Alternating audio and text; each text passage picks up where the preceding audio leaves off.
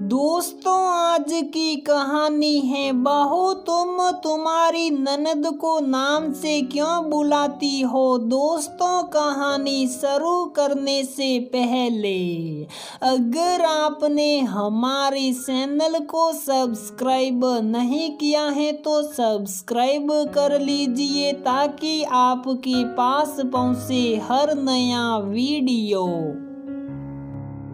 रीना की शादी जब से तय हुई है तब से वो बहुत खुश थी। होने वाले पति मनु बहुत ही समझदार और सुलझे विचारों के थे। घर वालों ने आपस में मिलकर उनका रिश्ता तय कर दिया था। सगाई के बाद से ही ससुराल वालों के फोन आने लगे थे।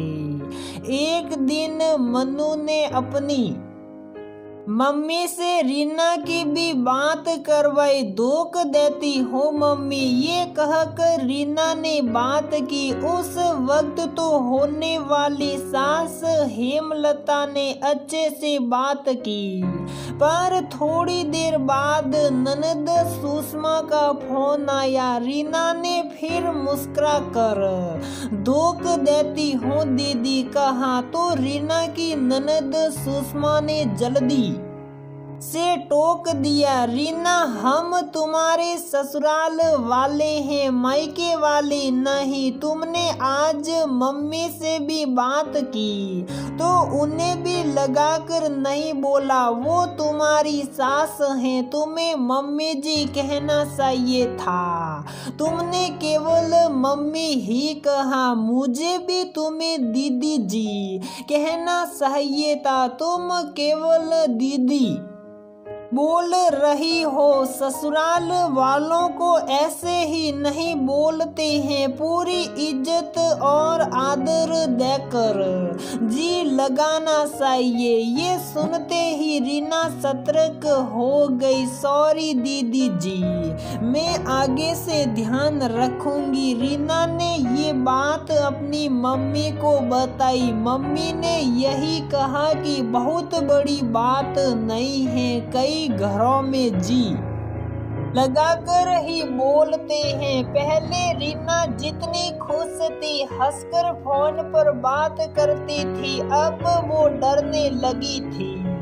एक दिन फिर ननद का फोन आया। नंदोई ने भी बात की। रीना ने नमस्ते बोल दिया तो ननद ने तुरंत टोक दिया कि तुम्हारे जीजाजी हैं, इन्हें प्रणाम करो। रीना वो फिर से अजीब लगा। हर बात पर टोका टाकी से वो अब परेशान रहने लगी थी। अब वो फोन पर कम ही बातें किया करती थी। मनु को रीना ने जब सब बताया तो मनु ने यही कहा कि दीदी की शादी एक कठोर कानून पसंद घर में हुई है।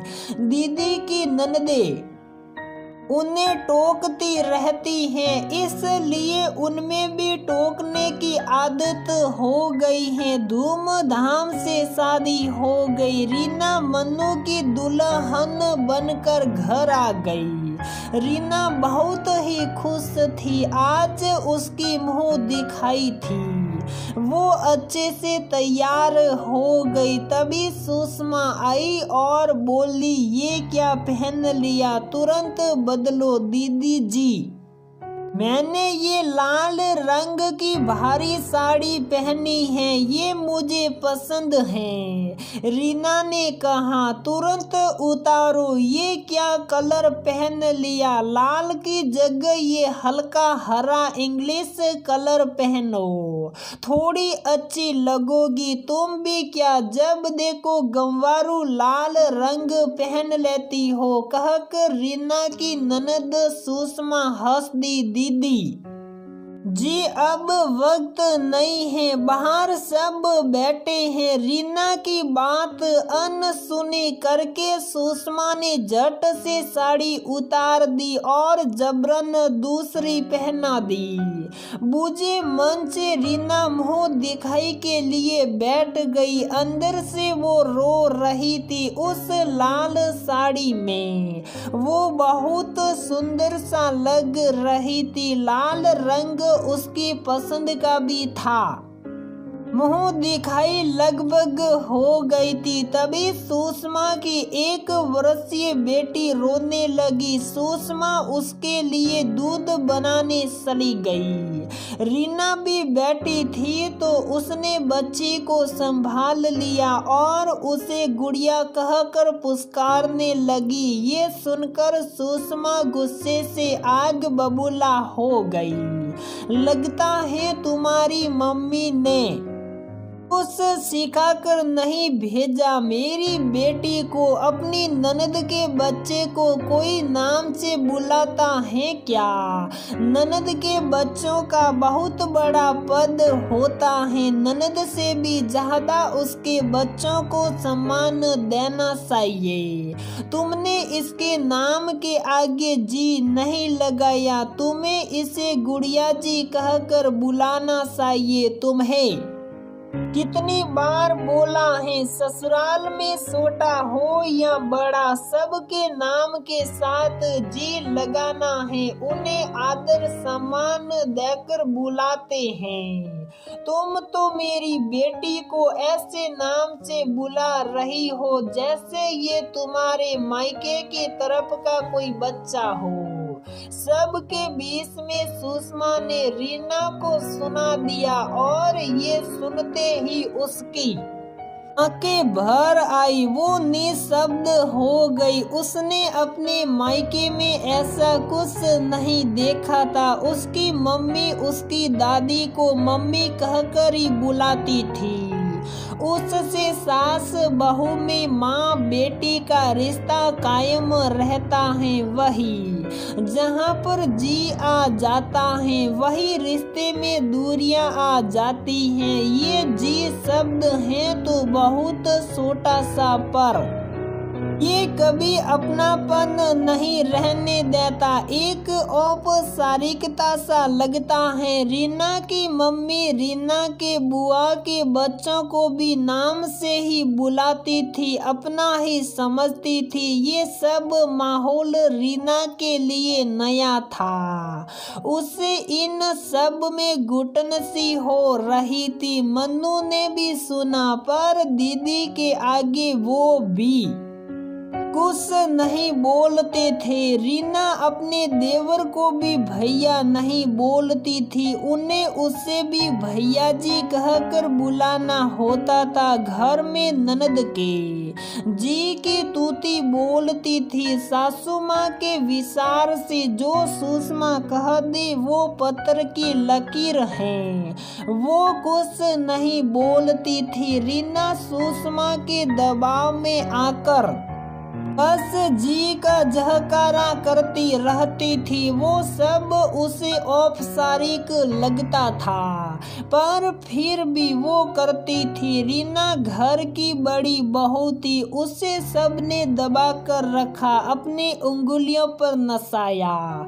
सबने जैसा कहा वैसा किया। ननद की टोका टाकी को सहा और उसे उस माहौल में रहने की आदत भी हो गई थी। अगले वर्ष रीना के एक बेटा हो गया। उसे सब प्यार से बाबू बुलाते थे। रीना घर गृहस्थी में व्यस्त हो गई।